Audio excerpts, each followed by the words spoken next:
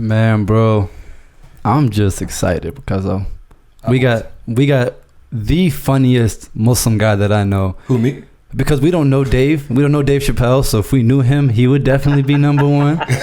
we had to put up with this. We had to put up with this one. Okay, I'm not gonna lie. Cool. You know, it's like somebody opening up for J. Cole, but not J. Cole. Anyway,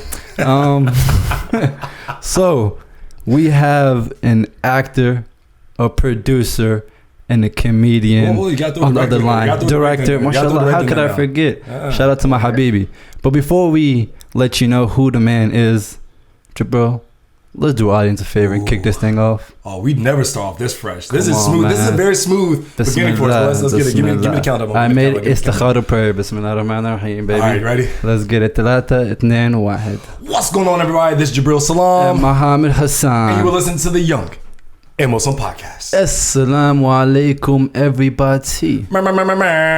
So like I had mentioned, actor, producer, comedian, director, Egyptian, Muhammad Salah. Ramy Youssef, guys. I'm so sorry. We got Ramy Youssef here from the hit show comedy series Ramy that is out on Hulu. What's up, brother? How you doing, man?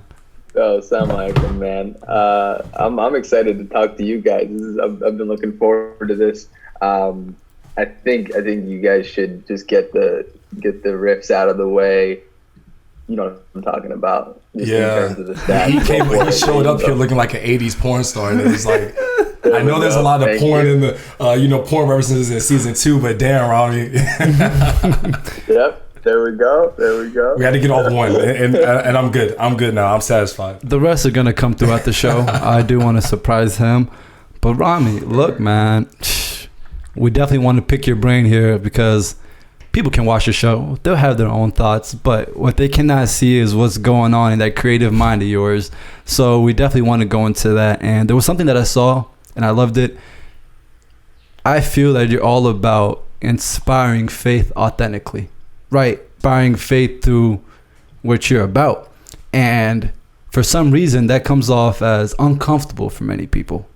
Don't know why, but that's how it is. So tell us, in regards to the process of making this show and coming up with the character Ramy, how are you trying to inspire faith?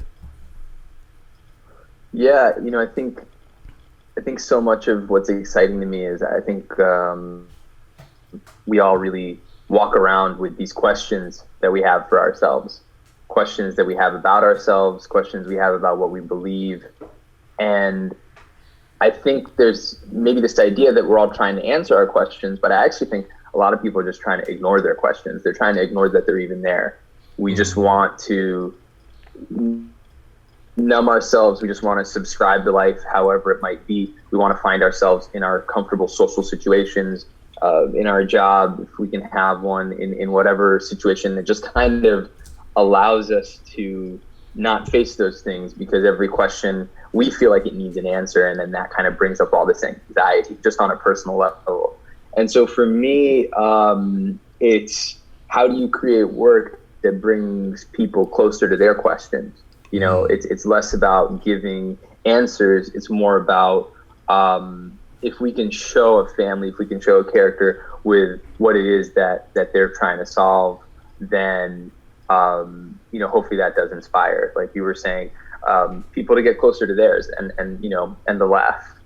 Yeah, that is very interesting, because you see this character who in season 1, we were just saying we finished season 2 not too long ago, and I was like, yo, I don't think I like Ramy anymore. I don't like the character. Like, I don't like this guy. Like, who is he? Right. And I think it's because in season 1, you become very familiar with what he's going through, and you can empathize with him. You're like, yo, I know this. I know someone that knows this.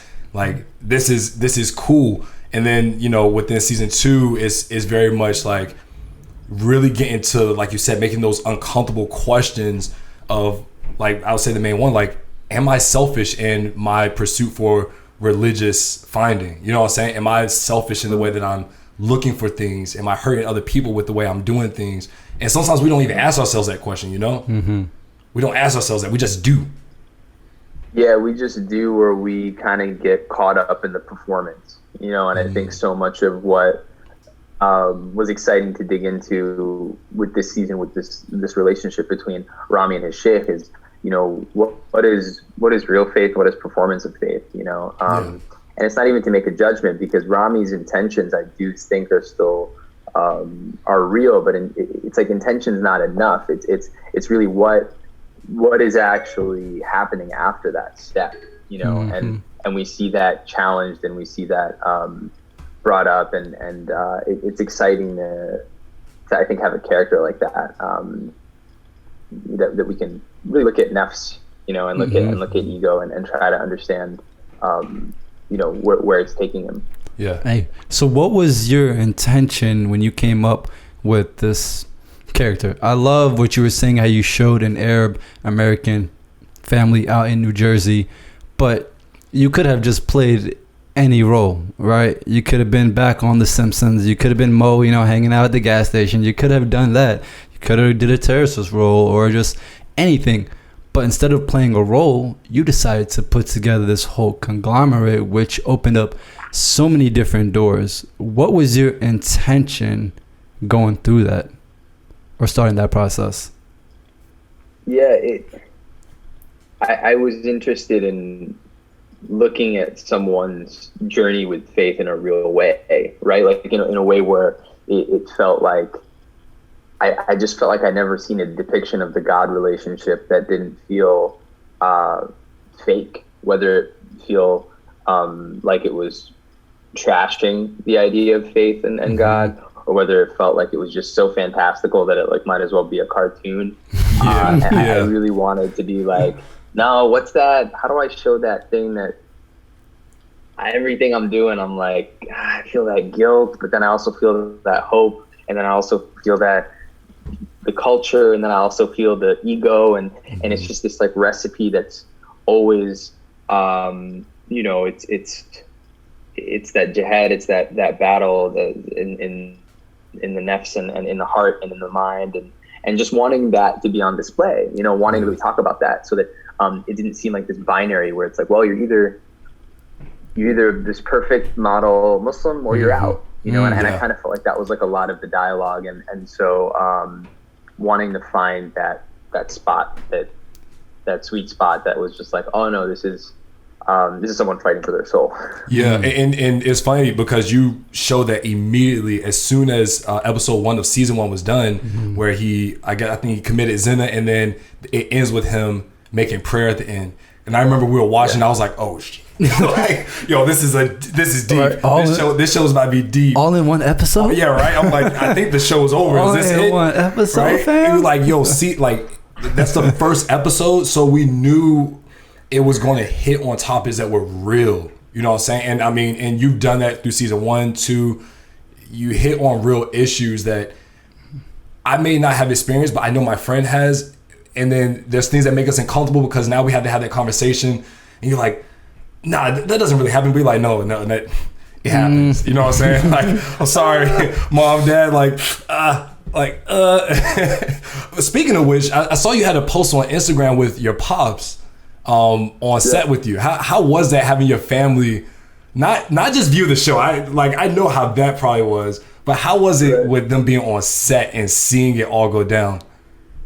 It's funny. I mean, I definitely bring them on for certain scenes, and certain scenes are not allowed to come. But they, no, it was great. I mean, they're really supportive, but then they're also like, what's really cool about my parents is they watch TV and they watch movies. Like they have a good taste in films and stuff. My dad used to tell me stories about being in Cairo, where like he'd walk across the bridge from where he lived to where the movie theater was with his friends to go see a movie, and then they walk back and they're analyzing it, and he'd go see the same movie 5 times, and he would just just to find new angles and talk about it. So like I grew up with parents who, my mom has this really, this deep love for music, and she's really like into art, and so they're not artists, but they appreciate it and they consume it, and I've been really impressed with them that they're able to kind of like separate from it and then talk to me about it. Because my dad, watched season 2, and then he was like, yeah, man, I mean, the cinematography, the story, everything's just great, steps up. I have a few notes. I wrote notes. So you let me know when you want to have, that call, and it's very like, it kind of comes from this place where he's like, I got some thoughts on things that I don't know why you did them and we need to discuss them and that kind of thing. And so, it's cool. It's really, I'm very grateful for that. Matt, I just love hearing the support in your voice. Come to this country. My family also came from Egypt, immigrated, and the support was there if you did one of three things: either marry the girl that they wanted you to, or be a doctor, lawyer, engineer. The list goes on. But if you venture out of those realms, you cut. Your support is cut, or that's what you think initially, right? Until you have the conversations and you let them know, like, hey, I love this. This is my passion. And most importantly, I can make some money from it, So I love how you did that, because you opened up so many doors for us. Because even when I started the podcast with Jabril, I'm like, this can be good, but like my parents can be like, dude, what are you doing? That happened. They're like, Muhammad, the FBI is watching us. What are you doing? We're already on their radar. So tell us what role your parents played, because it looks like not only did they support you with love and compassion, but they also were in it with you. Like you said, your dad was criticizing your work. Just tell us, like, how much did that mean to you, and what did that do for you too?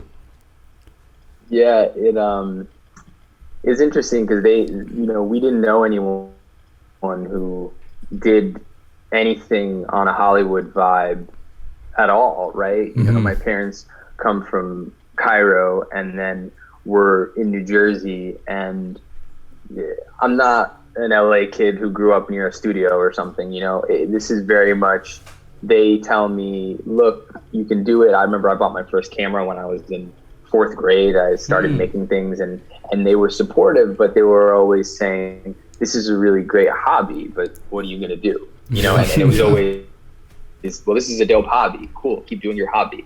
And I would do comedy shows. I started doing live comedy, and I would make videos, and they would love them, and they'd be like, this is, what a great hobby.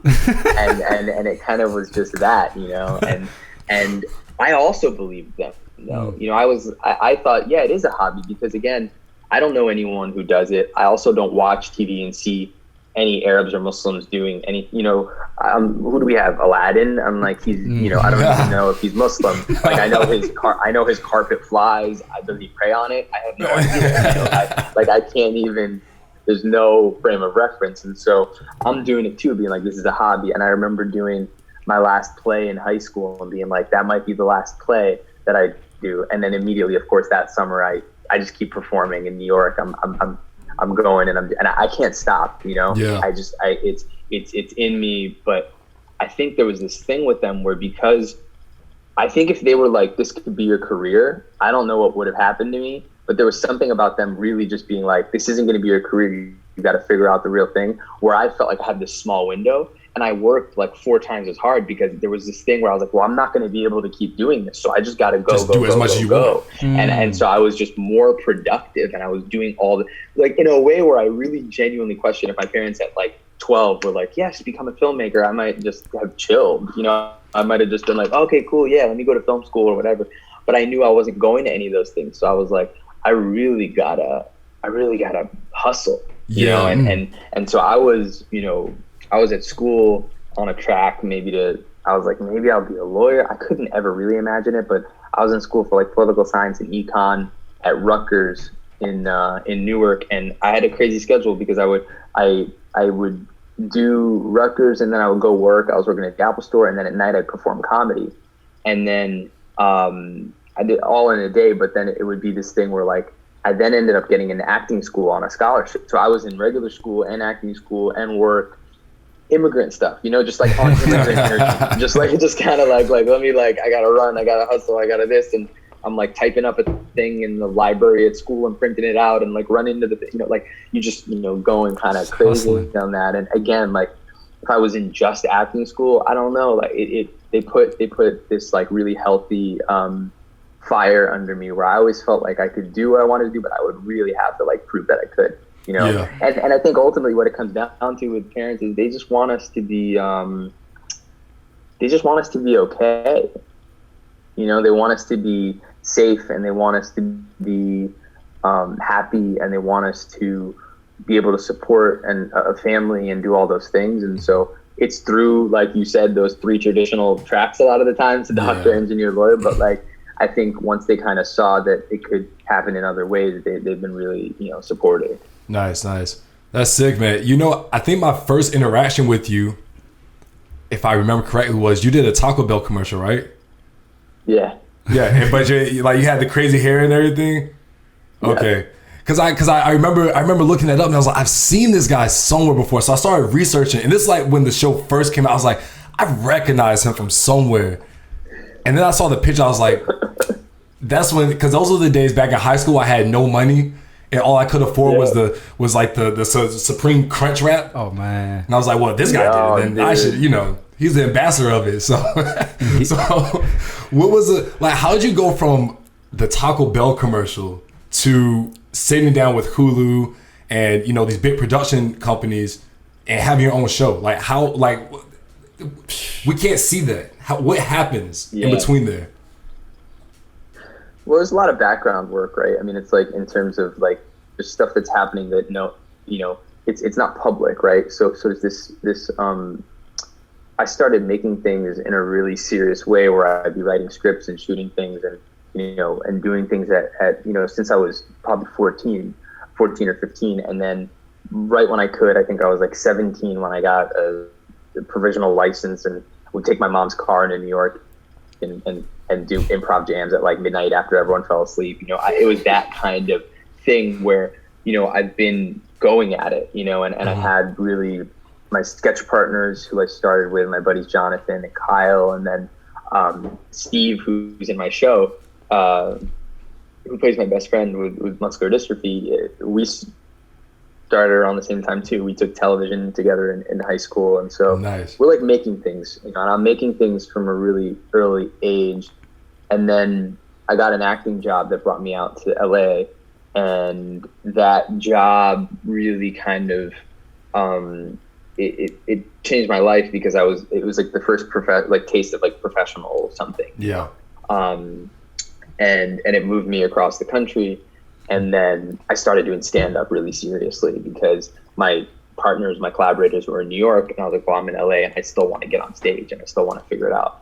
And so I started doing that pretty heavy. And then that's when I met my buddy Ari, who co-created my show with me. And he had made the show Carmichael Show with Gerard. And so we all just started talking. We all started talking pretty early. They saw my stand-up, got to know me, and knew stuff I wanted to talk about, were helping me shape stuff. And then we were like, okay, let's try and figure out pitching something, putting something together. But that happened it's like you're just doing a bunch of stuff, and then it starts to add up. But the work started so early. Yeah.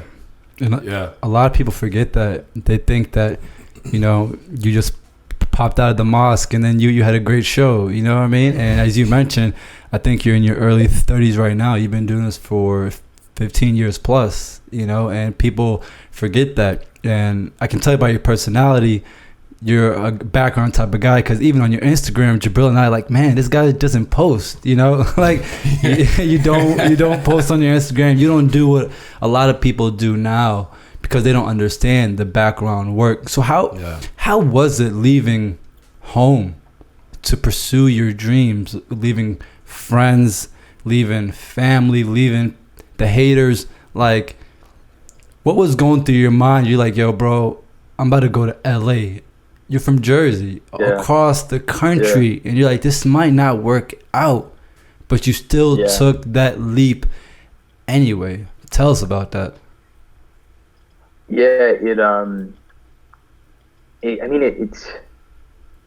it changed a lot for me in a really, in a way that informs a lot of how I have conversations and how I make the things that I want to make. I think that move and that jump, and so it's a really good question because it made it really clear to me what was important, right? So you leave home, and do either of you still live at home or Yeah, it's called In the Process.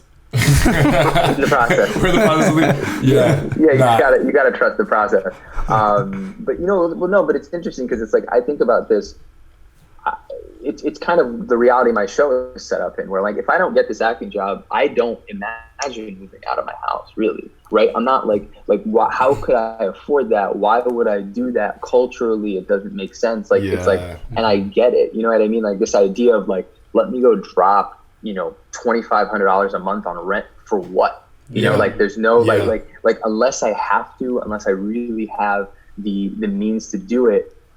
Why? So I think I was living at home under this idea of, well, I'll probably be here till I get married, and that could be, 27, that could be 30. I don't know what that is. Like, that's where my head was at. So I'm be like that's really where that's where my heart's at. Like, I'm like, that's probably what's going to happen.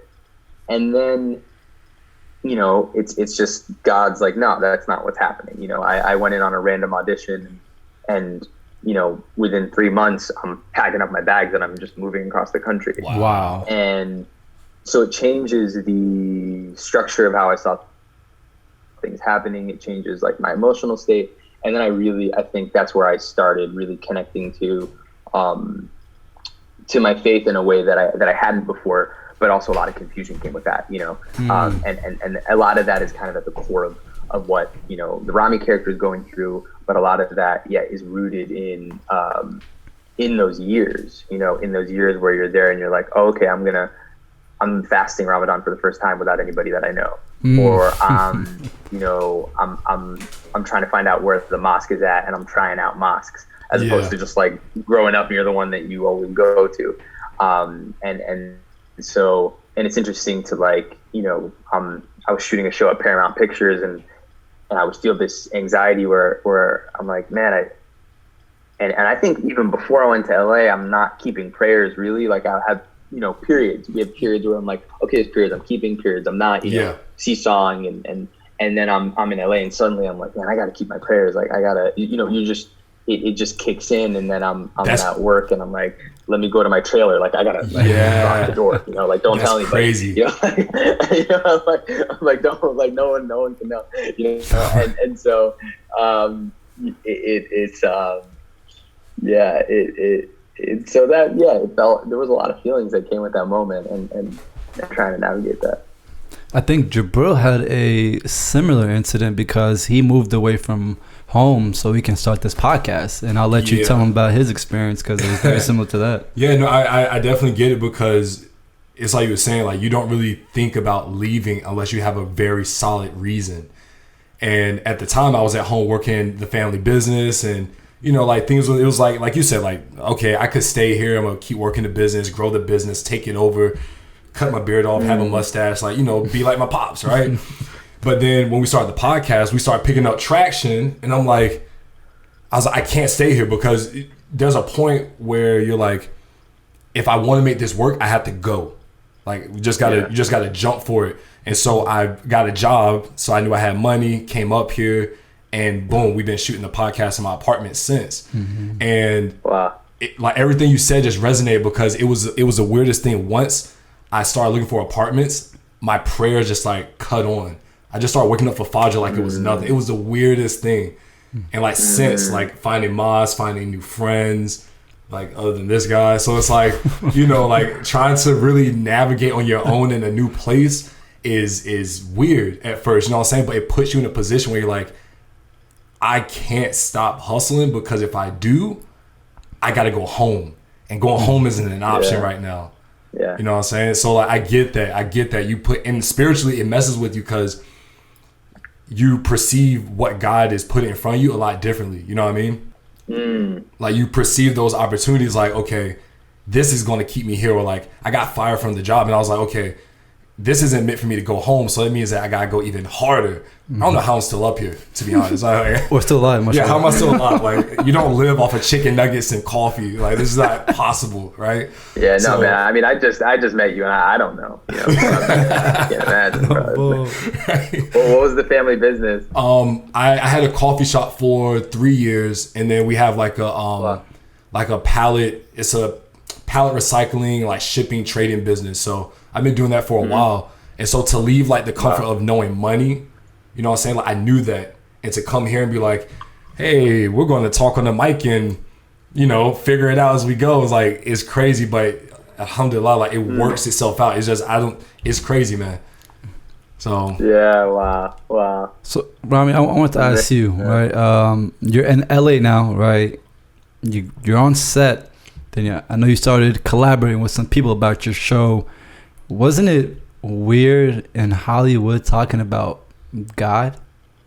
Did you get backlash, or were they like, yo, young man, this ain't the place for you, bro? Like, how did you have those conversations? How did you get through it? And then how did you get people on your side? Well, it's kind of like the one episode where they're in the spot. He's like, hey, no talk of God here. Like, get out. We're losing customers. Get out of Hollywood, Ramy. We don't talk about God here. Just no. Ruining the ambiance.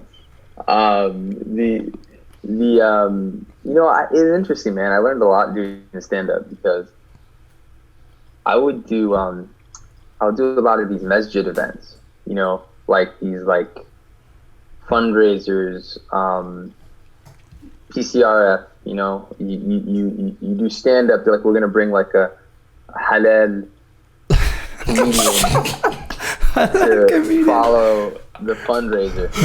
You know the fundraiser? They pop up the slideshow. This is Brother Ramy crying and you're just seeing bodies, and it's like some of the most tragic stuff you've ever seen, and it's like all these stats, and it's like our brothers and sisters in Palestine, and I'm watching these slideshows. I'm like emotional. I'm like, oh my God, this is happening. I want to donate. I want whatever. Then the dude will like click it off and be like, all right, and now comedy. Okay. And you're y'all ready to laugh? Like, and you're like, all right, here we go. Let me figure out how to do a set where I talk about nothing offensive because we're at the mosque, you know? And man, I remember there was even this night where like I did comedy at a mosque, and there's always like, you know, a side room, and like you're supposed to do stand up there. And the side room was closed, and they're like, all right, we're just going to do it in the prayer area. And I'm like, I don't know about this. I don't really feel comfortable about this. And they're like, no, it'll be good. And so you're doing stand up in a prayer area in your socks. You know, I'm in my socks, and I'm like, man, if I knew, I would have worn better socks. I did not anticipate, you know, performing in these socks that I'm wearing. And I'm there, and it's split. It's like men on one side, women on one side. And I do like 40 minutes, struggling for the first 15 minutes. Like, it's like not, you know, not happening. But then like the last 25 minutes, it just bursts open, and it's interesting because it's like there are certain things I would hit on, and you can tell in front of a Muslim crowd they don't want to go there. Yeah, obviously we do that. At the masjid. Obviously we do that in the show. I mean, at the masjid, I was really like, I'm not going near any of that. but I remember this night where like I did this set, and then I got in the car and I went to the Laugh Factory in Hollywood for a midnight set. And so I'm there for a midnight set, and it's like packed, and it's, you know, bachelorette party, and it's like, you know, all these people, it's like wild, people are drinking, whatever. And I'm talking about, I don't drink. Mm-hmm. I'm talking about, I believe in God. And they get some vibes that I feel sometimes at a Muslim event where they're like, wait, why are you talking about that thing? Mm-hmm. But they feel it because I'm talking about God, you know? And they're like, wait, what? And there's this thing, right? And so stand-up really prepared me for how to talk about sex in front of people who don't want to talk about it, and how to talk about God in front of people who don't want to talk about it. and that's really like the recipe for the show. It's hey, look, I'm going to be real with you on this front because that's real to me, and then we're going to talk about something you don't want to talk about, and that works vice versa. And so for me, it's like to be able to be honest and open about faith. Then it's like, well, yeah, but we also need to talk about sex because it's really intimate. And then if we're going to talk about sex really openly, but like, yo, how are you going to talk about sex without faith? You know? And for people who don't want to talk about faith, you start bringing faith into a sex convo, and they're like, you know, yeah, I mean, I have been thinking that maybe there should be some sort of conversation about what's going on, you know, because people, I think, like, you know, like, and it really, so it navigating those faith convos and circles that don't want to have them, it feels natural, and I think everyone's kind of like, yeah, I kind of do want to go there, even if they say they don't, they do. Because deep down, you know that all this is connected, so you can't really separate them. Even if you want to, they creep into each other regardless. Yeah, and that's the lineage of art. Art talks about these things. Even if you look at poetry, look at Islamic poetry. If you go back pre-colonialism, I mean, it's some of the most erotic stuff that you've ever seen. And this is stuff that there's Muslims are in the pantheon of faiths at the time. Those are the sexual people. Those are the ones who talk about it. Who talk about it openly. There's such open dialogue in a good way. Mm-hmm. In a way where it's like, we're the society that can kind of handle all these conversations. And so now we're in this state where we're so fragile, like as if, how dare you? We can't. Otherwise, it'll all fail. And I'm like, the faith is so much stronger than anything we could say. Exactly. And so it navigating those pockets is really it's fun. It's staying on the topic of sex. You had a couple episodes where you discussed like women's sexuality, of the sister and the mom on the show, and I thought that was like, I was like, Mom, you can't watch this. I'm sorry, like, don't watch this. I'm not watching this with you, Mom. We're not doing this, right?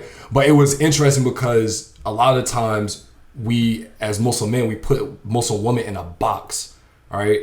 Well, I think that was actually a quote from the show. Like, you put them in a box and you say, like, this is what you guys are, and that's all you are going to be, and we're not really going to discuss really the fact that Muslim women get horny, all right? Like, and no one wants to discuss that, but that's a real thing. And so the fact that you put that in the show was very telling of where your head is at and how you're very forward thinking about the young Muslim culture. Like, we're not scared to talk about these things because it's real, like it happens.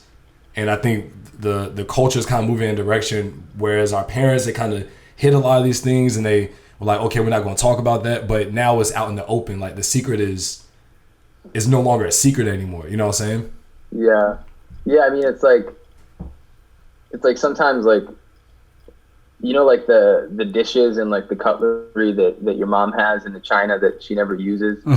Like sometimes we treat our faith like that, where we're like, let's just keep it in there and let's don't let any of this stuff touch that stuff. Nice and clean. Like we can't talk about any of it. And I'm like, well, then no one's gonna use it, and like it doesn't feel real. Like I don't feel like those plates are even an option, because you put them so far away. And it's like, if I want to eat, I'm like, I might just eat with my hands because I don't think you want me to touch those plates, like that. Like it gets to that place where if we're not living in reality, then I think we're actually more disconnected from what we believe, and we're more disconnected from our history, and more disconnected from what supposedly means something to us. So it's like, how do we fully engage, and that's what's that's what's really important. I definitely want to dive into season 1 a lot more, because the great thing about your show is that it's not tone deaf. It is very in tune with what's going on. And as young Muslim men who went to college and pretty handsome, if I would like to say, but it's really hard out there, and he's like, hey, winky wink. But no, it's really true. I don't know if you could pull off a mustache, but yeah, no.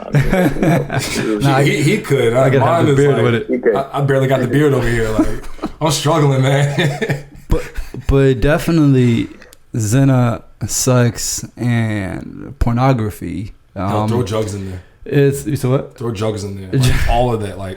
Bro, like, the pornography is just ridiculous inside the young Muslim man culture. It's probably the same in the woman, but can't really relate because we talk to young Muslim men, like, wow, like, you feel about this? And then every time we have that conversation, it's always about the remedies, like, hey, just fast, don't talk about it, just fast, just keep your mouth shut and you'll be okay, I'll see you next week. But that doesn't work, because like you said in the beginning, we don't want answers anymore. Obviously we want answers, but we want to see the process. We want transparency. How important was it to talk about just pornography and how that really is affecting us? Because in season 1, we got it. But in season 2, we definitely got it. we definitely We're like, got guys, I think we need to have a conference about this because this is an issue. Well, it's like the drug, man. You know, it's this thing that, and I'm not even judging it as a form, you know, whatever. Anyone can have whatever relationship that they want to have with that. But I think an unhealthy thing starts to happen mentally when you are in a situation where you say, well, I don't want to have sex until I get married, so I'm going to watch porn. Yeah. Right? And so what you do is you take this like natural urge and this thing, and then you transfer it onto something that is not real, right? So it's like, even if you talk to porn professionals, they'll be like, do not mistake this for real sex. This is not the real thing. But you're doing this thing to your brain where you are treating it like that, and you're almost doing it in this attempt to try and be good, you know, and because you're like, well, I'm going to just do this instead of the other, and it's so damaging because those images and those things get really stuck in your head, and so, and it takes a lot of talking about it to even get close to a place of like understanding it, so you can move beyond it, right? So you kind of ask like, well, man, you really hit it in season 2, and it's like, well, yeah, because it's more than, I mean, in season 1 it was like a joke at the diner, you know, where he's like, hey, I'm gonna, and they're like, no, you're not. But this is so underlying, you know, it's so underlying on a character like this. It's such an underlying thing in our community, that if we don't talk about it, and by the way, this is not just our community, right? Yeah, this is, I mean, like, this idea of like what porn is, this is so widespread, where we have no etiquette around understanding how this is affecting us. We have no etiquette around understanding what this is doing to real intimacy and real relationships, right? And so we're looking at this character who has an intimacy issue. He's trying to get intimacy with God, but he also has this issue because he's so removed from reality. And so talking about porn in a thought, in a way that is, again, not hiding it, is super important, because it's the kind of thing that everybody hides, but it has to be discussed.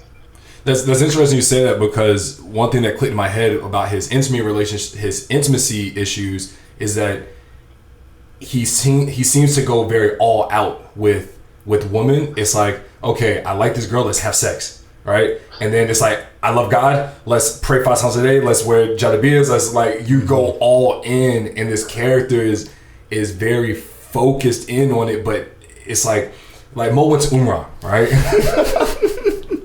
Like what? He went to Umrah. Oh yeah. Right? He came back, this man wore sandals for 2 months straight. All he wore was a thobe. He was like, brother, I am no longer Mo, you called me Muhammad. Okay? I'm like, bro, what's going on with my Jabril Salami? He's all Mohammed Hassan, no more Mo. Like, that was a real thing on the podcast. I'm like, he's like, don't call me Mo anymore. I'm like, all right, cool, you got it, bro. Start turning off music. Yeah. Can't watch TV. He's like, we only play Quran in my car. That's it. Only Quran. So it got to this point where it was like, yo, dude, you got to find a balance, because, like, when you go all out like that, the opposite is you get burnt out. You know, and so you hitting on that problem and that issue, especially with pornography, but even with God, shows us that you gotta find that equilibrium. Like, you gotta figure out how to operate on both frequencies. You know, I mean, that's what happens, I think, very much with Ramy in season 2, right? He's going all in, and I think it's Ahmed calls him emotionally extreme. You know, and he's just like, dude, because I think it's how we approach life a lot of the times, where we're like, yo, let me all right, cool, I'll get this person in my life, or I'll get this teacher, or I'll do this thing, and then I'll be good, everything will be fine, you know. And it's this deep, like, that'll fill what's going on, and there's no balance, and it's just like, let me go, and it was really important, I think, for the character to be like, no, it's not going to be that easy, you know. Like faith can't be you can't manipulate Allah and this path to just feel a certain way about yourself. You know, you can't do this just to avoid certain things. Genuine balance comes with genuine understanding, and that's really hard, and takes a lot to earn that, and it takes a lot of failure to earn that. And showing that is really important, because in the same way, like, you know, you watch like a movie with like a workout montage, dude puts on one song and then he's jacked, you know, after like 6 minutes on screen, and then you go and work out and you put on your headphones and you're like, yeah, and you run for 2 days, and then you look at yourself in the mirror and you're like, what, why has nothing changed? Like, I think I put on weight because of all this water I've been drinking, you know, like it, and it's the same thing. Like, there isn't this thing where it's like, well, you meet a teacher and then you're fixed, you know, like it takes a lot of digging. Like, whatever you think your intention is, you have to go a whole other layer into that. Like, you have to constantly be interrogating yourself, and so that's really important. I think people forget how deep you have to dig, right? They say instead of going outward, come inward. And one thing that I did like in season 1 with the Ramy character is that he started to go inward because he made that commitment that I want to get closer to God. And I think we all go through that as Muslims, people of faith. And one thing that I want to hit on is your circle of influence, your friends. This comes back to me because I can only talk about myself, right? My experience. When you get on that spiritual journey and sometimes you hit the nitro, because you went one layer in, forgetting that there's 99 more layers, you start looking around and be like, okay, how can I change the people around me?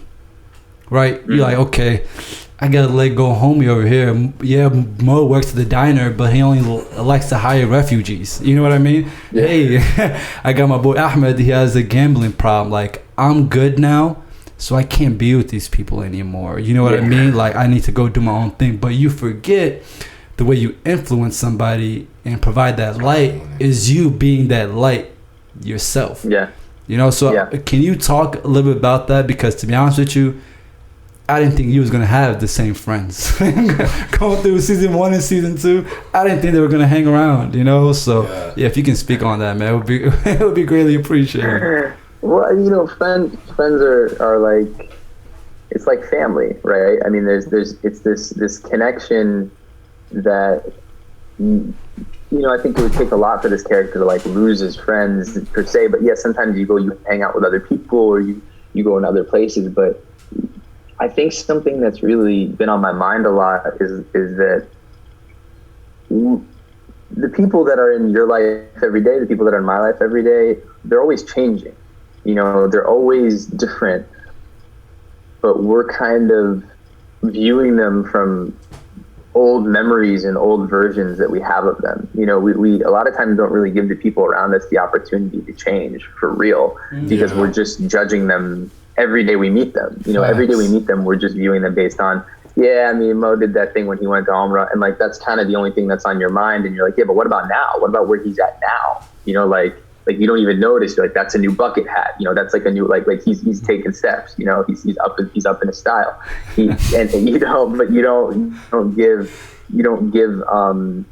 the people around you the benefit to be mysterious, to be different. You're just kind of viewing them from where you need them to be, you know, or where you think they are, in order for you to feel some sort of stability, you know. And so I think these friends they hold on to each other for this sense of stability as they're, you know, dealing with everything that they're at, but they're not really giving each other a chance to grow in a way. You know, they're kind of like, well, let's just be stuck together because that's what we know, you know. And there's love in that. You know, I really want to, like, something that's exciting to me about these friends in this show is I do think they love each other. You know, they really do. Like, they don't want to move on from each other, even though there's, you know, a lot of tension there. I think they almost need to like grow up a little bit and then come back to each other, but they don't want to. But it creates a really fun dynamic. It's interesting because in that friend group, nobody's perfect. You know what I'm saying? Like, no one is at there isn't a poster boy or a poster girl for a Muslim in your show. And I like that because there is no such thing. You know what I'm saying? There is no perfect Muslim. And that's why I say I'm a practicing Muslim. You're not just a Muslim. It's an ongoing thing. You know what I mean? Yeah. Yeah. Mahersh, I would say, Sheikh Ali gets close. Part of why I was so excited to have him in season 2 was just to have like someone who's really been transformed by the faith. Like I think if I look at season 1 and season 2, season 1 to me is very aspirational. This character has all this hope. And then season 2 is transformational. He really realizes, I was trying to figure out who I am, and I kind of found out, and I don't like it, and I'm trying to change. I'm trying to separate myself from myself. And by nature, that looks darker, that feels darker. That's why the show is darker. But then even in that desire to separate yourself from yourself, it's almost its own layer of ego, right? Because you're like, well, I just don't want to be old me, but like, that's not real genuine motivation. That's just like, you want to look and feel better to you. It's not, that's not you really being like, I want this faith. I want to truly, like, in the definition of Islam, want to submit. This character he's not there yet, and he's still just dealing with his projections. But taking a deeper look at that, and surrounding him with a bunch of people who are dealing with their own projections too, and their own fears and their own insecurities. But I do think the people around him are a little more comfortable with the deal that they've made. I think everyone's kind of got like a deal of like, all right, well, I'm gonna live like this, or I'm gonna live like this, I'm gonna live like this. He's probably the one who's most uncomfortable with where things are at for him. Yeah, you're the one that's in transit. Like, you have the least stable lifestyle of all the characters. You have no pattern. It's your behavioral pattern. Damn, that's deep. That show is deep. I do want to hit on the fact that you talked about change and giving your friends and family room to change. I never thought about it like that, because it's like, I only see you as my mother and the lady that brought me here 20 years ago, 30 years ago.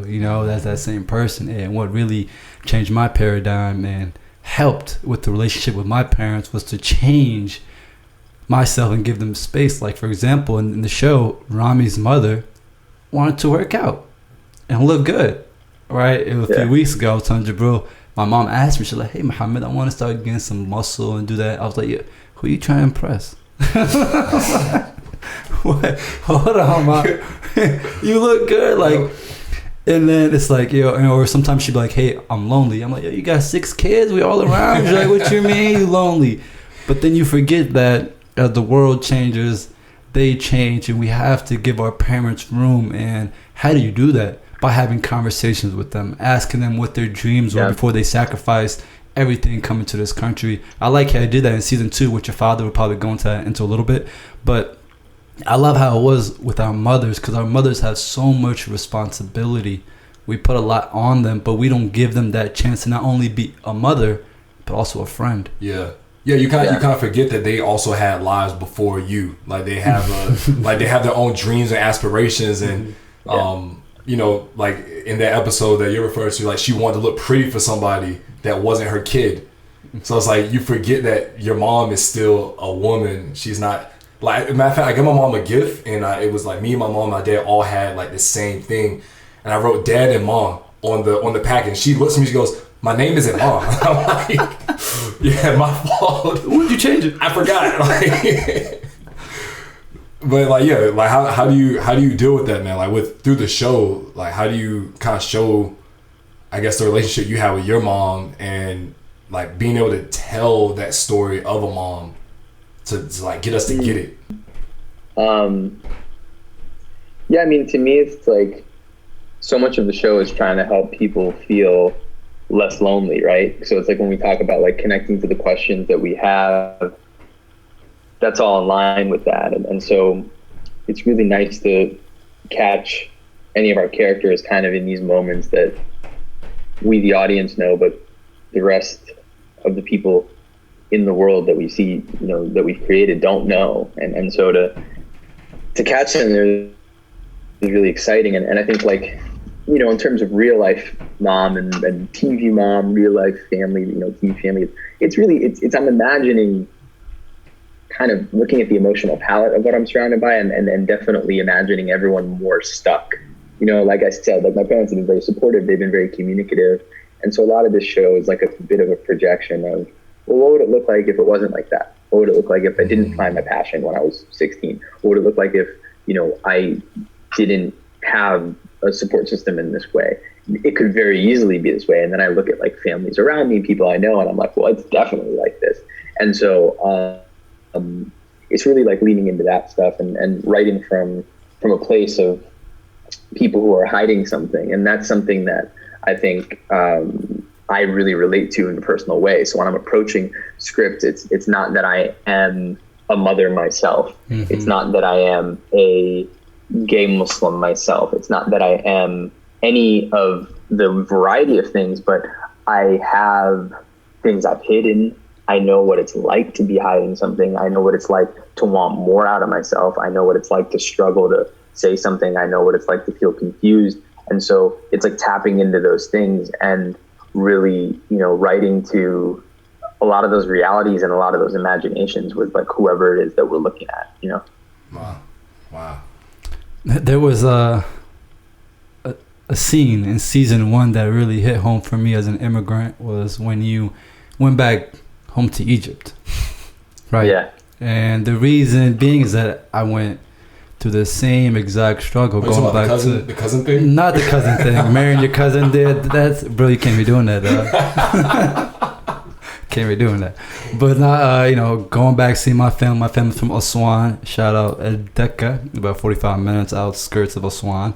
And then, you know, first time I was going home, I was about 15 or 16 years old, and I was so excited. You know, like, oh man, go back to Egypt, go check out the pyramids, the history. Like, give me more sense of myself and be less confused. And then as the time comes up, 2 or 3 months before, you already know what it is. A whole bunch of shopping and gifts. You got all these bags, 14 bags. You got one little bag for yourself, a little carry-on, like a Hello Kitty joint.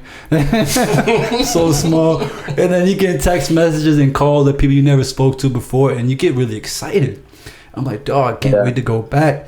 And as soon as I get there, the first day, you know, you can't even go to sleep. You got to go visit everybody and, you know, go talk American, all that stuff, you know? Yeah. And then when you get to the homes... you really got to do that? You got to do all that. I mean, every tradition is different. Ramy probably... Yeah, he's like co-signed on that. That's crazy.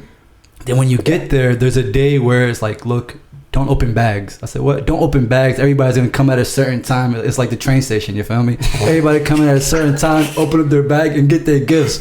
And I'm just like, yo, what is going on? And the people were so excited to see what I got them. Yeah, they had a little conversation with me, but they forgot about me. And I'm just like, yo, dude, I thought I was the present. I thought I was coming up. You know what I mean? Nah. But dog, it wasn't like that. And I was very disappointed. I finally know what Santa Claus feels like.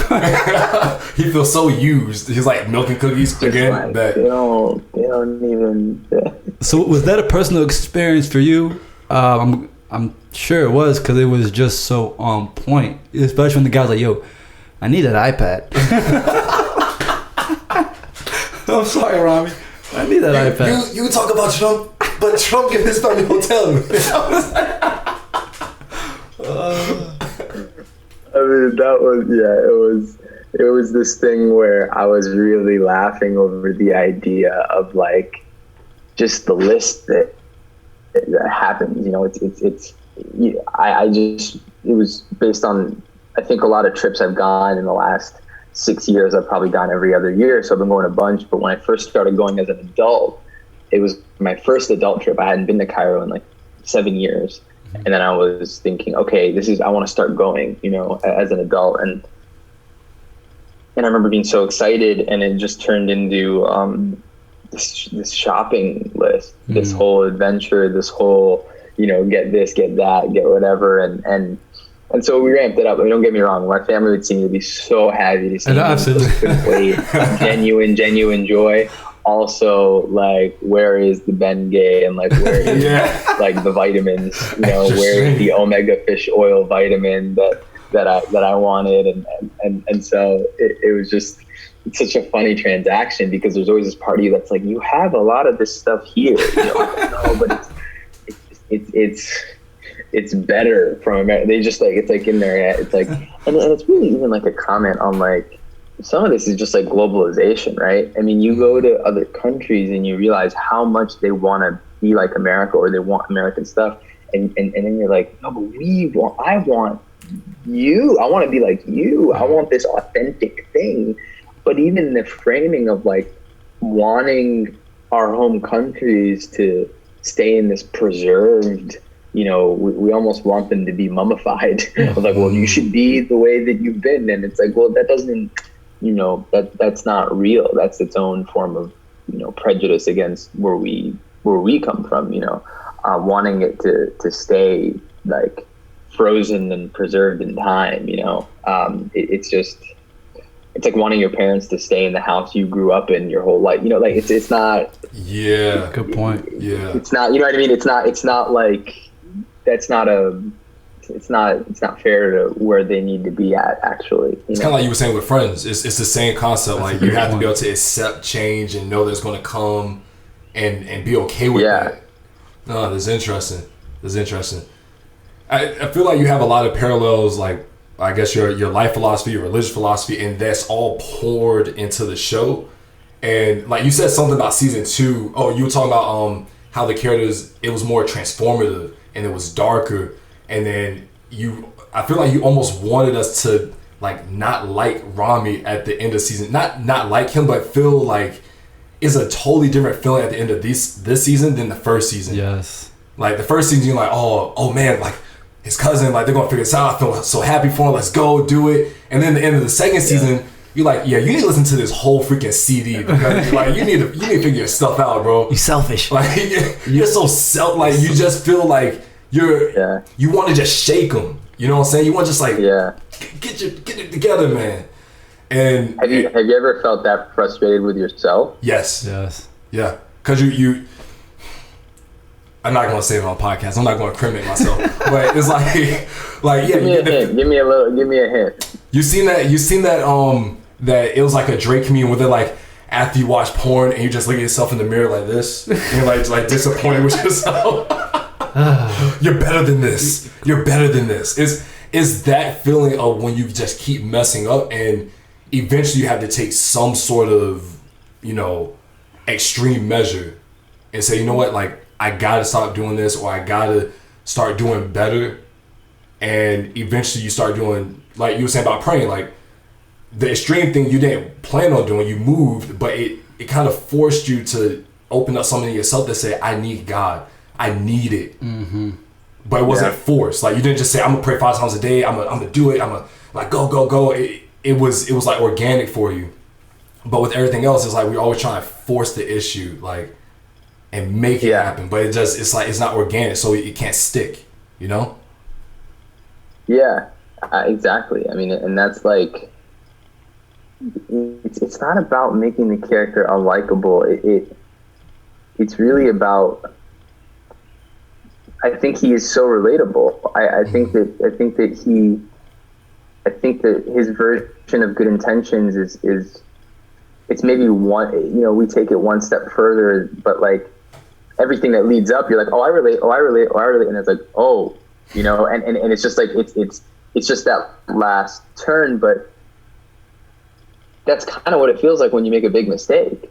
Like every step of the way, you're like, well, but it's just because you're constantly like bargaining and like and kind of being like, well, but it's okay because of and then all of a sudden you kind of find yourself and you're like, who am I? You know, like why am I here? Why did this happen? And I think that's where genuine things come from. And so it was important to put the character in that place too, because like I also on like the energy of even, okay, this is a show where we're dealing with Muslim characters, and he's kind of like, I don't want this character to be, you know, to seem right.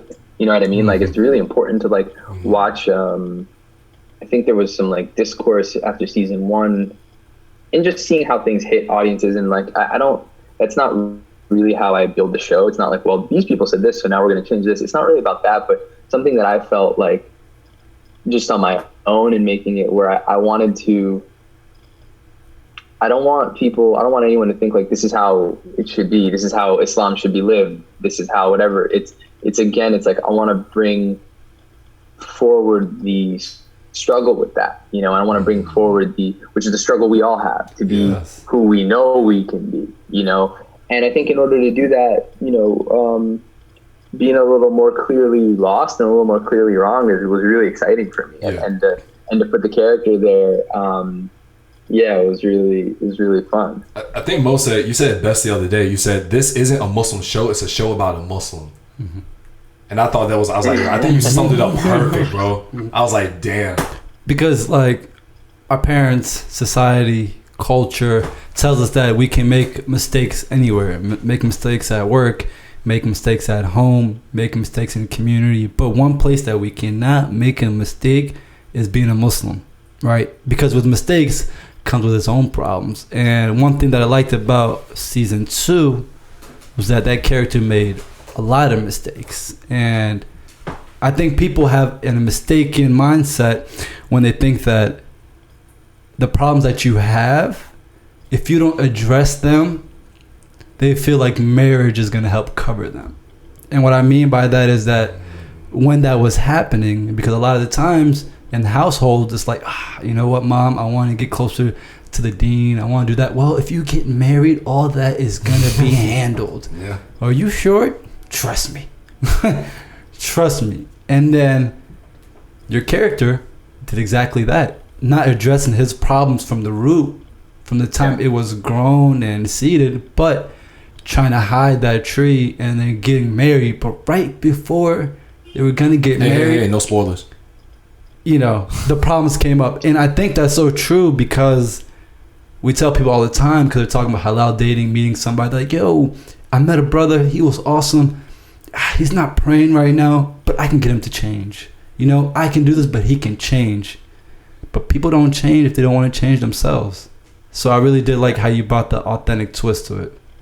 Well, it's this thing of like, you know, marriage, you know, completes the dean in a way, right? I mean, that's what we learn and we know. And I'm not. I agree. It's just there's a lot of psychological, emotional stuff that we've bred culturally. Like we talk about porn, but then we also just talk about sons and daughters, right? Which is like the way sons are treated like little princes, and then like have, you know, are stunted and kind of walking around wanting to jump into a marriage to have it fix everything or just have it be an acceptable package that everyone can just be like, well, you know, he's married and now like we don't have to deal with it. But then, you know, there's so many broken marriages, you know, there's so many, like whether they officially end or don't, they're hurt from the jump because there's the intentions going into them are for them to kind of pacify conversation or pacify development in a way that it can be more palatable. And so it wouldn't be fair to allow Ramy to just almost use this relationship and use this family to do that, you know? And so looking at it, even to what you said, look, I do, but what you said goes to what I was saying earlier. You know, I like that optimism. I like someone being like, you know what? He's not praying right now, but he can pray. You know, like I'm into that. You know, I like that optimism. I like that ability to want someone, to give someone the room to change. But yeah, there's a lot that goes into really understanding if someone is actually on that path with you, or if they're, again, like putting a projection on you, or if they're trying to use you as a Band-Aid. And I don't think people really know that that's what they're doing while they're doing it. I really do think it comes from good intentions. Yeah. Yeah, instead of trying to just cover it up and put a Band-Aid on it. Because eventually, as we see with Ramy, every time he tries to cover with a Band-Aid, it eventually gets ripped off in some sort of way by his own actions. Funny enough. Damn. I mean, look, this is kind of a left field question, but you know, I remember in Dude, Where's My Country? You know, your cousin, you know, he's like, what's good, my, you know what I'm saying? Like, he's using a certain name. He's like, no, you can't say that. He's like, but I'm basically black. And I think that's how you felt when you started the show. Like you were like, you know what? I'm I'm Egyptian, I'm African, so I'm gonna do one of the blackest things I know how to do, which is put all my friends on when I make it. All the homies, respect. Like you were like, yo, this is my best friend, and I think it was, I can't remember which episode it was, but there was a picture of you and Steve, and I was like, yo, like they're real friends. Like that's dope. Mm-hmm. Like you put on your friends, and I can say that is one of the most G'd up things that you could ever do when you actually make it, right? How was that, putting your friends on to your work and just being like, yo guys, like we all say, we like, bro, like we all gonna get houses together when I make it. Yeah, when I make it, we all gonna eat, like it's gonna be nothing. Yeah. But like you really did it. So how was that, and how did your friends respond? Because I'm pretty sure you're friends with more than one of the actors, you know, than just Steve. Yeah. How was it? Yeah, I mean it's great, man. I mean it's one of the best parts, because you want to experience it with people who you care about. It also, though, it's like levels, right? I mean, like there's other friends who aren't involved, but who are part of like it happening. And it's always this thing of like, because I'm your friend, I'll put you in a situation to succeed. So like, I'm not going to bring you on right away just to bring you on because you're my friend. Mm-hmm, yeah. There has to be patience to do it at the right time, because if you try and put someone on just to do it before they're ready, it hurts them, right? Because then people are like, that they're not ready, you know? Mm-hmm. It puts them in a weird situation. So Dave, who plays Ahmed, you know, I've known him for 10 years at this point. It's a joy, you know, it really is. But also, yeah, there's like complications where you want to help everyone at the same time, but it goes out of order. It's not linear. It's just like you have to do it from a place where, you know, it makes sense. Yeah. I know your friends were definitely excited on set, because it looks like you got your friends on the production for season 1, and then season 2 you kind of guns blazing, bossed up, got Mahershala Ali on set, right. Got Mia Khalifa. So how was their reaction when they saw those people on a daily? And I mean, what did you have to say to convince them to come on? I'm not sure if they even watched season 1. What? No, Hirsch was Mahershala was like, he saw the first season and we talked, and it was really just like on a great conversation of like, hey, I'm a practicing Muslim, and I love that this character isn't just trying to erase his faith. And we just connected on that level and went out to eat, and then it just kind of turned into like, dude, would you ever want to be on 1 or 2 of these? And then we were talking about it a bunch in the room, and we had a shift story that we really wanted to build to, and then it turned into this thing where we were like, well, maybe he does like 1 or 2 episodes and plays the shift towards the end of the season, and then we're like, man, this should be the relationship, you know? And so we started writing more and more, and you get excited because I'm like, okay, he's gonna play it, and then the story just spills open, and then he was into doing more of them, which was really cool. That's sick, man. I know that was just like a confidence booster. Like, I know you got your Golden Globe, but to have Mahershala Ali just be like, yo, like, what's up? You gonna put me on the show? I bet you like, I'll think about it. Like, I'll think about it. No, not on that energy. It was very much being like, please, bro. Please. Oh man, but no, that's I think that was really cool. We were talking about earlier, like how you even get to that point, and I think it only happens, you know, the accolades, you know, the outcry of support, the star power that you not have on the show only happens when you put out a really quality product. You know what I'm saying? So hats off to you, bro, because you know, like I remember after we finished watching the first season, we were like, yo, we gotta get this guy on the podcast, because like what the show, like literally your show is the visual version of our podcast. So it was like, it only made sense, you know what I'm saying? So like, we really appreciate the show and like everything you're doing for it, man. And on season 2, definitely unexpected was the way you shed light on the LGBTQ community, you know? So I was thinking, what was the thought process behind shedding light about LGBTQs and, you know, homosexuals? Was it that the Muslim community is not educated enough about this, or is it that do we not speak about it? Tell us, what were you thinking when you're putting that together?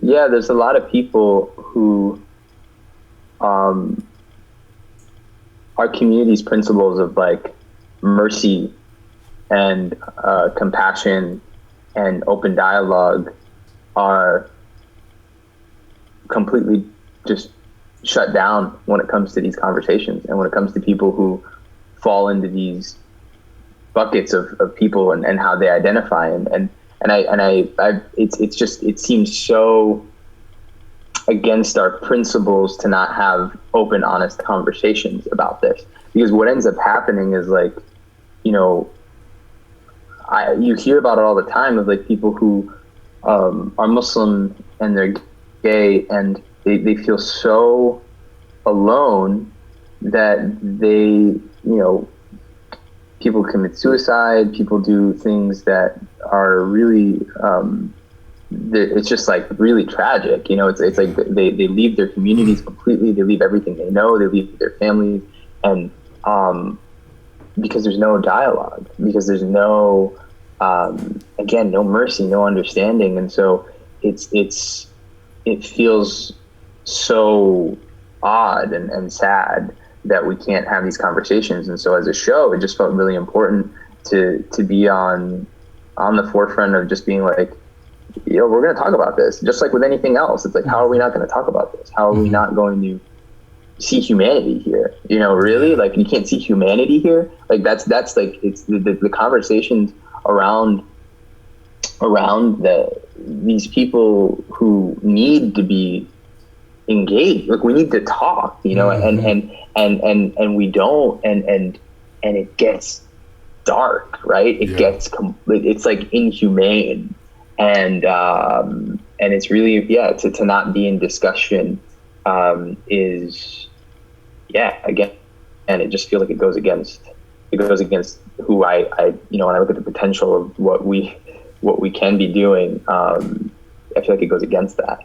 Yeah. Well, and it's interesting, you know, as we were kind of breaking down the episodes and looking at them, we had to ask ourselves, when you create the show and you're compiling the controversial topics that you speak on, do you do it by what the current climate is, or do you do it based off of what you feel aids to the script and to the storyline? It's what goes into the story. It's what the characters organically are heading towards, because we, you know, season 1, we have one character who's a Black Muslim, right? But who plays my sister Dina's friend. Mm-hmm. But we really don't get an in-depth look until we meet Mahershala and Zainab. Mm-hmm. And we meet Mahershala and Zainab because Ramy's story takes him to meet Mahershala and Zainab. Gotcha. You know, and we meet some of these other characters because that's where Mesa's story takes us, you know, and that's where Nassim's story takes us, and that's where so it, you know, it has to be something we want to talk about, but also has to be something that's like on the road that we're taking these characters, because if we're just swerving out of the way to talk about things, it's like, it's going to feel chaotic, and we're never going to cover everything, right? So there's all these things we still haven't covered in 2 seasons, and it just makes me excited to do more, because I'm like, well, they're down the road, you know, that's what's coming, you know, and so it has to feel right though. Yeah, and that's cool, because, you know, we're saying, yo, I can't wait for season 3, because, you know, we all can, like, as fans, we get these ideas like, okay, I think he'll probably talk about that, like, oh, they'll show this, like, this we're gonna have like this character, and so on and so forth. So it makes it fun that you're leaving us breadcrumbs, and then every now and then you leave us like a nice full slice of bread. You know what I'm saying? Like, okay, that's satisfied, that I'm good, alhamdulillah, but what's next? And you give us breadcrumbs, like, oh, maybe it'll be this type of piece of bread. You know what I'm saying? So it's like, I like how you've done that, and it's very good. Like, I can't overstate it, man. Like, it's very well done, like, leading us into these things. You know what I'm saying? Thank you, man. No, I'm so glad that you connect with it. And, you know, in a lot of ways, like, I know what my show is, I know what my show isn't, right? And so it's not going to connect every dot, it's not going to hit on everything, but for it to connect with you guys, that's what's exciting to me, right? Because it's like, I feel connected to you guys. We probably have a lot of similar experiences and issues and things and so that's just what makes me excited, where it's like someone else might be like, well, this isn't me, and I'm like, okay, but like I'm pretty sure if I talk to some Muslim dudes who are kind of in my bracket, who are kind of in that space, it's I'm like, that's what I care about, on a level, because I think there are conversations that we need to be having as men that we're not having, that are really important to have. And so even this conversation we were having earlier about like using marriage to like not deal with certain things, that's us putting a burden on women, and so we need to be talking to each other about those things. That's why I love the guy friends in the show, because they're interrogating each other. They're not putting it on, this isn't on like a woman to come in and fix us, because again, that puts a burden on women. It's like, we need to be talking to each other, and we need to be really honest with each other. And, in order for people to be able to like heal, and then kind of get through a bunch of stuff. And yeah, I mean, I'm not even saying the show does all that, but it at least starts those conversations, right? It gets us in a place where we can just, laugh a little bit, talk about it. That's what's exciting me. And that's such a great point, because once the conversations are had with each other, then more conversations can come from that. And I love how you just breaking barriers and breaking chains, because even with Mahershala Ali coming in as an imam and a black imam, but not only that, at a Sufi center, so it was just one by one, wasn't expecting that. And then I can see that on the other end when your father, and I've been through this myself, was upset because you listened to this man that's telling you and you want to change your life around. So I think you hit a few different things on there, because you talked about something that is not spoke about a lot is in the Muslim community, is just the racism and prejudice. And when you have a black imam, the different negative connotations that are put on him, such as he doesn't know what he's talking about, he's not qualified, he just converted a few years ago, went to prison. So I think that was really good. Do you believe that those conversations are being had now in regards to racism? And was that like your goal, or what were you trying to show when you had a black imam on there? The history of Islam in America is, black Muslims have the longest historical connection to this country. They predate Arab presence, but people only think about Arabs when it comes to being Muslim. That's, even me growing up, that's what I thought. And so to have a black imam in a show about a Muslim in America, it just felt like the most American choice on a level. Like it felt like this is so real. But then it's also about looking at the anti-blackness within Muslim communities, various, right? Because I think there's this idea about racism. I've said this before, this idea about racism that it's just like white people versus people of color, right? But if you look at under that people of color umbrella, there's a ton of anti-blackness. Like what white people are the best at racism, like they do it like that's like NBA level, like LeBron level, like whoa, they're good. But all the other groups are kind of like they're like high school JV, Euro League status, like they're trying to play, man. They're trying to go pro. You listen to some of these Arab dudes talking about black people, and you're like, are you trying to go pro? Like you just like see it, you're like, man, this dude's trying to get some of that white, supremacy. But talking about those things is really important, because if you look at race as a binary thing, and you put it all on white communities, you don't get a chance to heal. We don't get a chance to be unified, at least on our end of it.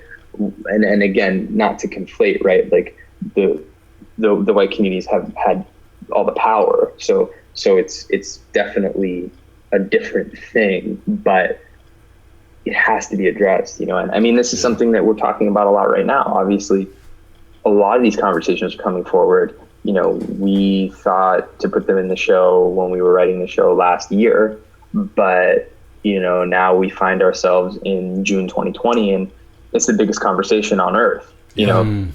and as it should be, it's crazy that it hasn't been. So I'm, happy that we at least have a small slice of that this season, and hopefully we hit on it more. Yeah, that's interesting because we just saw a lot of the cities are trying to take action and show good gestures of faith, between their community or the secular community and the black community. And we're like, it's almost like just trying to cover up the real issues with marriage. You know what I'm saying? You can't just do that. Like, we really have to start addressing it, sit down at the table and figure out how we're going to make this script work, because right now it's horrible. It's a crapshoot. All right. So the fact that you're leaving those breadcrumbs, I think he gave us breadcrumbs. He didn't give us a slice yet. The fact you gave us breadcrumbs gets me excited, because I know that so far how it's gone, that there will be a real dialogue that will open up, and it puts people in that uncomfortable position, because we're in it right now. And as as people of color, as black people in this country, get tired of it, and you want someone else that has a certain level of privilege, whether that be in the Arab community or white community, to be able to discuss it and say, this is why this is an issue. Take it from me, because I know this. I'm talking to these people. I'm here with them. We have to do better. And so for that coming from a different community means a lot more than us just out there yelling and being angry about it. You know what I'm saying? So that helps in a very big way, and to use the platform in that way, it does a lot more good. You know what I'm saying? Inshallah. I mean, there's a lot of work, there's just a lot of work that has to be done. And the crazy thing is, you see what's happening to black people in America, and then you also reframe it and you're like, this is the best it's been for black people in America. That's how bad it's been for black people in America. This is the most updated version of the software, and you're like, my God, it doesn't work. And how could this be the best thing? This is the Internet Explorer of it all. It's just this is bad. Doesn't work. It's really, we should be losing our minds, as to where it's at, and it's amazing that the world has paused long enough to be able to do that, and it's just it's something that's really been it's just been needing to be talked about. And so we got breadcrumbs in it, and we're hoping to go deeper. And again, it's just where the story organically takes us to. Nice. Definitely got to tell us the surreal feeling that you had when you got the Golden Globe, right? Best actor, TV musical, and comedy. I don't know how it was a TV musical, because I was thinking about Grease jumping around. I didn't, it was a fog moment for me. I was like, how do you get that? But anyway, what was that feeling? You came on stage and you said Allahu Akbar. They're probably thinking this man is pushing his limit. This man, first is the show, now is this round. They're well, there goes season 2.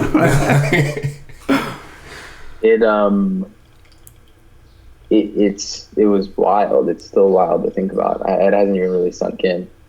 But I didn't know what I was going to say, and everyone was saying to me, hey, what if you win? Do you have a speech prepared? And I'm thinking, I'm not expecting to win. I genuinely fully understand that sentiment when people say it's just an honor to be nominated. I really felt that way. I'm thinking, wow, it's just dope to be nominated. I'm not, I get where things are at. I know where my show stands, in terms of, we don't have star power. We're not on the radar like everything else.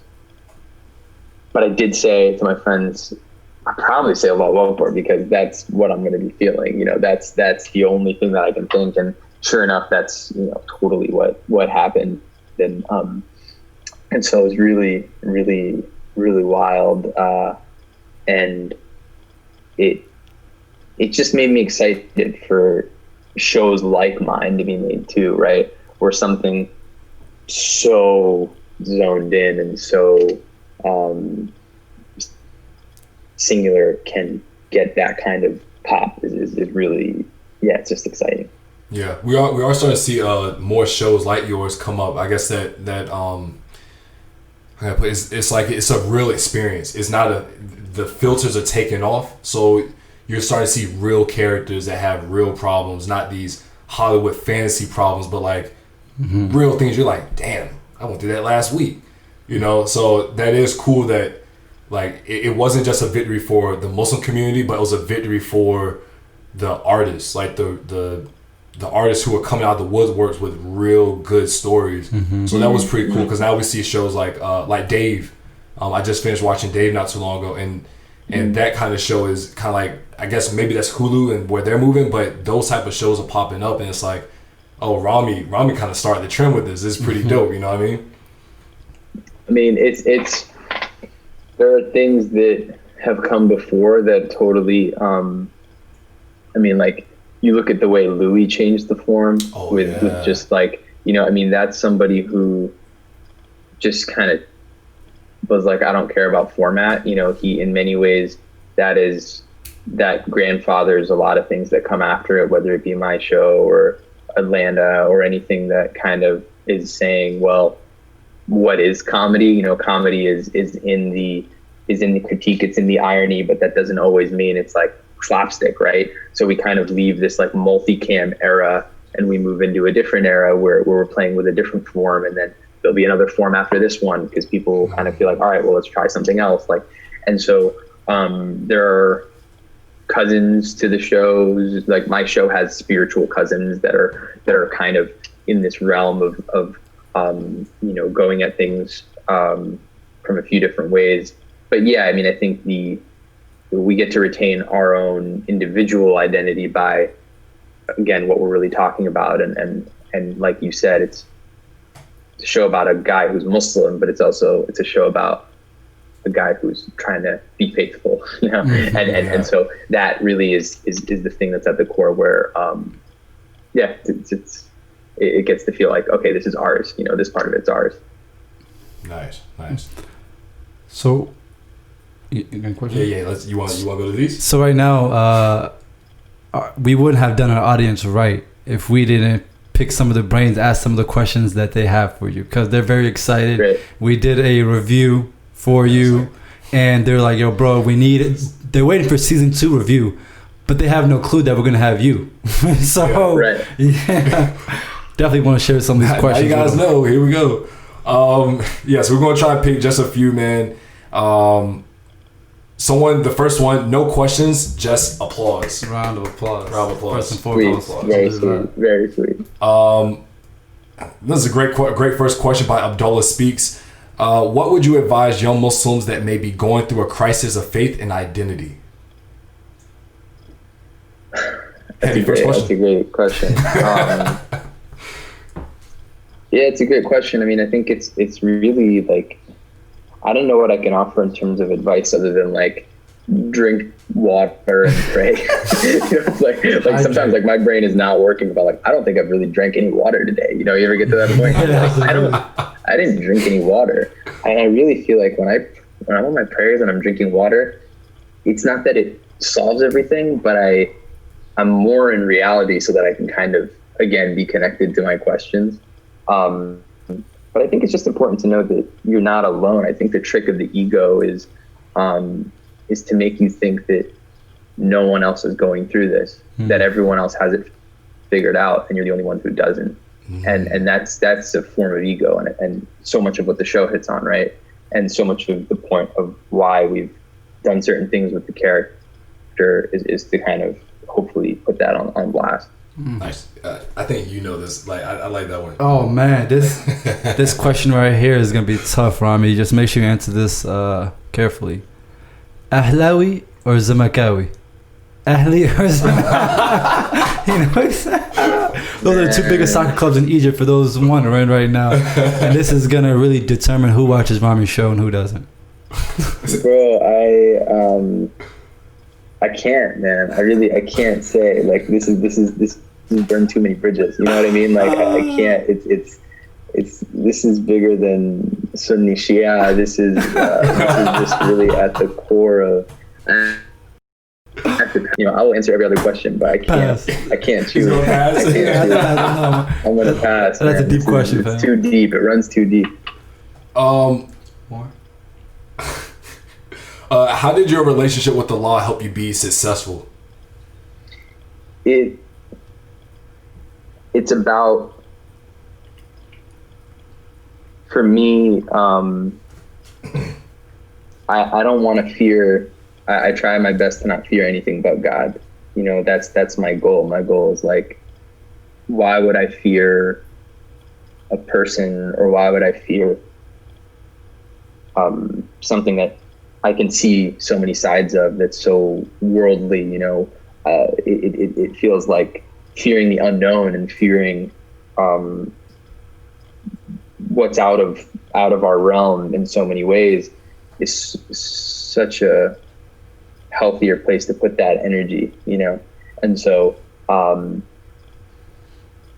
to be connected in that way, to pray in that way, to try and put all that in terms of any sort of success or getting through things. I think it's almost impossible to do that without that connection. Okay. A last question. Somebody was asking, Inspire Dar, what do you want, Ramy? What do you want from the Muslim community and the Muslim leaders? Is it like for them to bring you back to the masjid so you can do comedy specials again? Or is it for them just to have those conversations, more supporting each other, and not looking at this show as the one-all be-all? It's like, dude, there's so many different perspectives that you can change us from and switch the narrative. But if you can say one thing or a few things, what do you want from the Muslim community?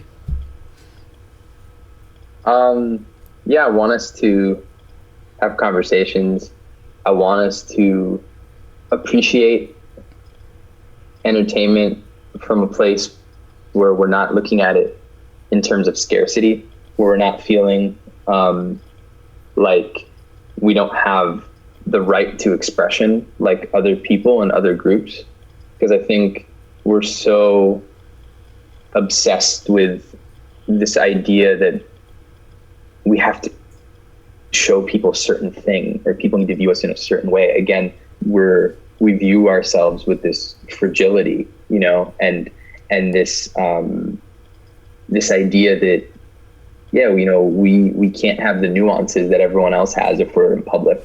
And I think that it's important for us to know that we can handle all these conversations and we can make things. And I want Muslim communities to watch my thing and dig it or not dig it, and then go make something that they think it should have been, because that's exciting to me. That makes me excited. If someone watches my show and loves it and then wants to make something, that's exciting. If someone watches my show and hates it and wants to make the thing that they wish it was, that might even be more exciting. I certainly created on some level from a void that I wanted filled. So it's like, I think look at what you want, or look at what you wish was happening, and don't have a helpless relationship with it. Go for it. You don't have to, you don't have to feel like you're at the mercy of these things. We can, you can do it. You guys are doing it. You guys are taking risks, and you're putting together your podcast, and you're getting people on that I'm sure you want to talk to, and you're getting conversations and growing and doing all that because you wanted it, and you put yourself in a situation to do it. And I if there's something I want from the Muslim communities, is for everyone to feel that way, and for everyone to feel like, we have the ability to do that, and that would excite me. If I could contribute to that feeling in any way from any angle, that's exciting. My man's doing it for the culture. Hey, we appreciate it, man. Look, how can we get excited? Season 1 done, season 2 out now. Make sure y'all go check out both. What should we be excited for? What's coming out next? Tell us. This is for you to plug yourself and let.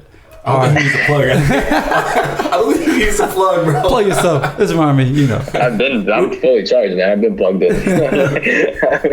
there's no more, bunch of stuff. I think it's just I'm working on stuff to obviously more of this show, hopefully, inshallah, waiting to get word on that. And then trying to get a project going with Steve for my show, look at the disabled community from a real nuanced place, which, you know, he's just a side character on this show. And I think he just has so much more to say. So really excited about that. And hopefully whenever people can get together, doing more stand up. I mean, so there's a bunch of stuff that, inshallah, you know. Yeah, just throw that inshallah up and let God handle it, right? Like, that's all you can do right now. Putting that out there, you know. Nice. Jabril, Muhammad. things about that time. Yes, it is. But before we do that, Ramy, thank you so much for coming on the show, man. You know, we resonate so much with the show and what you do, and I feel like with you as a person in general. And I know our audience is happy. I can speak on both of our behalf and say we're both happy. So, you know, what you're doing, man, we appreciate it, and it definitely is pushing the young Muslim culture forward. In a positive way. Bro, you guys are too. You guys are just with the convos you're having on this podcast, and I'm a fan as well. And yeah, man, it's really fun. My man. Muhammad. Really fun. Look, if y'all want to hit us up, y'all got questions, Jabril supposed to ask us. Oh, yeah. Oh, my God. Hey, Muhammad, if people want to listen, where can they listen? Thank you for asking, Jabril. But you guys can send us a direct message, DM. I said listen. Look, guys, if you want to ask us questions and you want to learn more about the young Muslim culture and what we do, and ask us just any questions, if you have questions, you can hit us up on Instagram and Twitter at Young and Muslim. That's YOUNG, the letter N, Muslim, Young and Muslim. But Muhammad, if these good people want to listen on the go, even though they're in the house, where can they listen? Thank you, Brother Jabril. If you guys want to listen to this awesome podcast and let the whole world know about it, you can check us out on Spotify, iHeartRadio, SoundCloud, Apple Podcasts, everywhere. Just go into our DMs on Twitter and Instagram. It's in our bio. Click it up. Please share. Leave us a review. Now, if you want to see these beautiful faces, make sure you go and look at our YouTube channel. That's The Young and Muslim Podcast. Find us on YouTube. Subscribe and like and leave us a comment. And of course, reviews, guys. If you leave us reviews, that means the show gets better. We get people like Ramy on board. And it just makes a good time for everybody. So make sure you go and support Ramy too, man. Yes, make sure you go watch season 2 of my man. The stash isn't there, but we're going to miss the stash in season 2. But make sure you guys go and watch it. It's a great show, and may Allah bless everything that comes after this. Ameen. And then for all of our UK fans that can't. Oh yeah, it sucks. They can't watch Hulu. You have to wait till we do our season review of season 2. So, for the last hour and 37 minutes, you have been listening to the Young and Muslim Podcast. I'm Jabril Salam. Muhammad Hassan. And this is...